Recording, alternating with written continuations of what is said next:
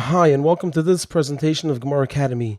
Here we will go through a full class with all of the features so we can see what exactly Gemara Academy consists of. So we begin over here and we can see that there's a menu on the bottom because there are 4 sections in every class. The first section is the class outline. The class outline itself has 3 parts. First, we see the piece of Gemara with Nekudas.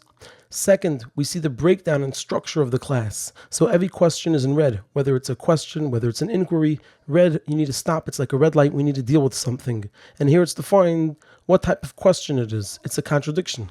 Every answer is in green, indicating green light, you can proceed because we answered the question. And then every proof is in purple.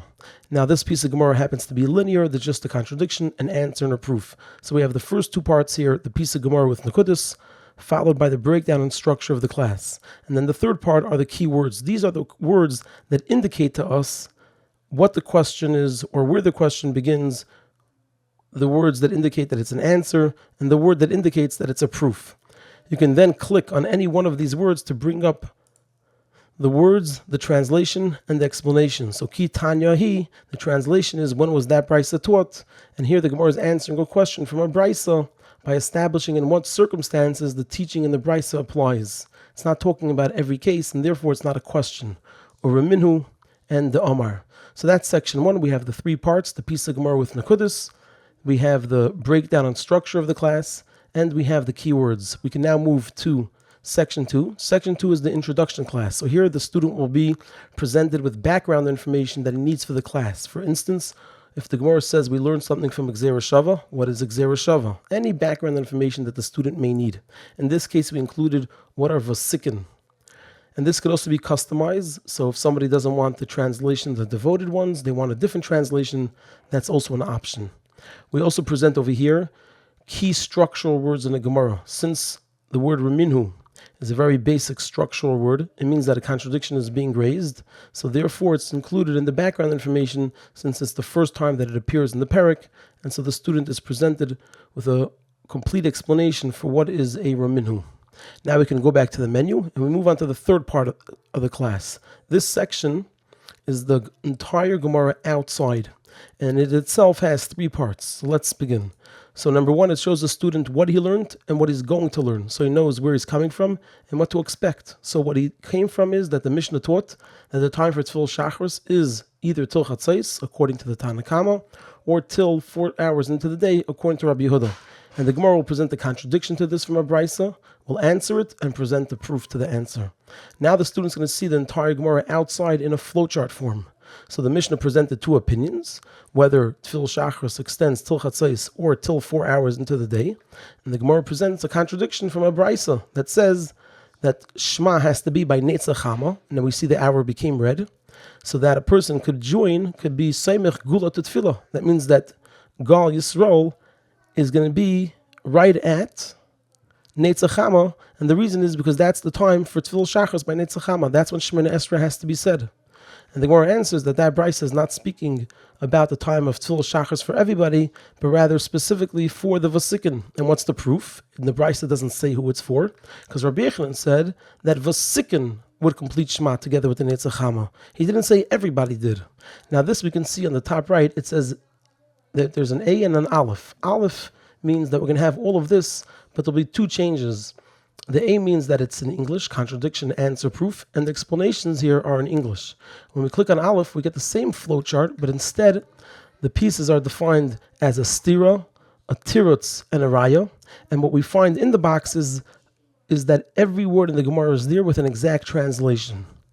And once again, this translation could also be customized. So, ki tanya hi levasikin. When was that brisa taught? Specifically for the devoted ones. And then we have the raya, the Amar Rabbi Yechanan. For Rabbi Yechanan said that vasikin hayu goyimim isa ima Netzach Chama. The devoted ones, not everybody, would complete it with the Netzach Chama. And now we move on to the 4th and final section, which is the text class. We can have this with or without Nekudas, with or without translation. And for a student, if he wants a translation, he simply clicks on it. It brings up the words in the Gemara together with the translation. Now, one feature that's here that wasn't mentioned is that all these parts of the class are available for students with audio.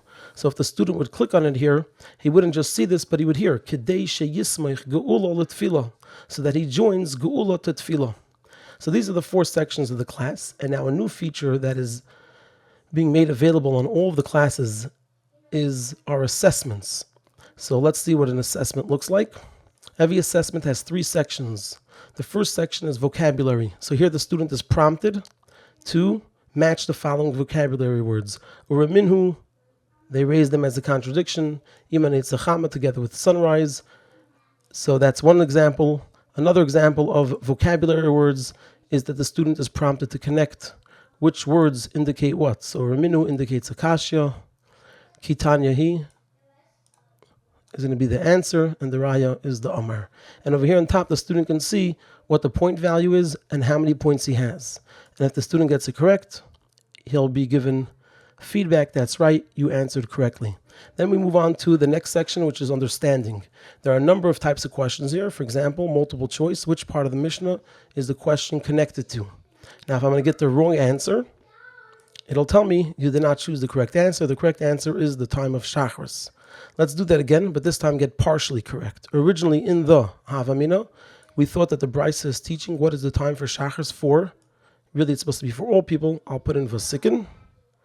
Ultimately, in the Maskana, we learned that the Brisa is teaching what is the time for Shachris for all people.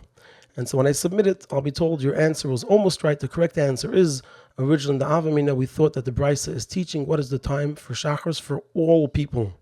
And in the Maskana, we concluded that it's just talking about Vasikin. Here, the student will be prompted to organize the Gemara in the correct sequence. So they raise the contradiction. It's taught in a Brisa that the mitzvah is by Netzachama, so that he joins Gula to Tefillah, and V'nimtza Mispalel Bayim. And the answer is, when was that Brisa taught? The Vasikin, and then the proof from Rabbi Yechanan. This is followed by the same exact question, but with a Lashon HaGemara. Raminhu, if I get it wrong, we'll see. Your answer was almost right. I received partial credit, you can see up here on the top. And then the last and final section is testing the student's ability to break down the text accurately. So the first question will always be, click on the first and last word of the class. Ureminu and Hachama. And then we get the feedback that it's correct. Click on the first and last word of the question, Ureminhu. And I'm going to put ki, which is incorrect. And it'll tell me your answer was almost right. The correct answer is Ureminu on line 1, but Bayim on line 2. V'nimtza mispalel Bayim. Continue. Click on the first and last word of the Brisa in the question. So the whole question, except for Ureminu, are the words of the Brisa.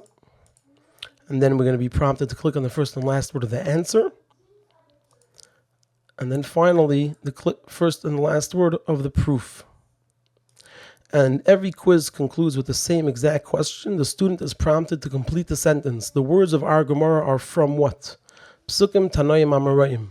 So I'm going to click all 3, which is incorrect. And we'll see it says your answer was almost right. The correct answer is Tanoim and Amarayim, not Psukim. And then it explains, Psukim, there are no Psukim quoted in our Gemara. Tanoim, the Brisa quoted in the question, it should be. No, in the answer. The Brisa quoted in the answer are the words of Tanoim. And Amirayim, the rest of our Gemara, are the words of Amirayim. And then the student's going to be prompted to complete the rest of the quiz.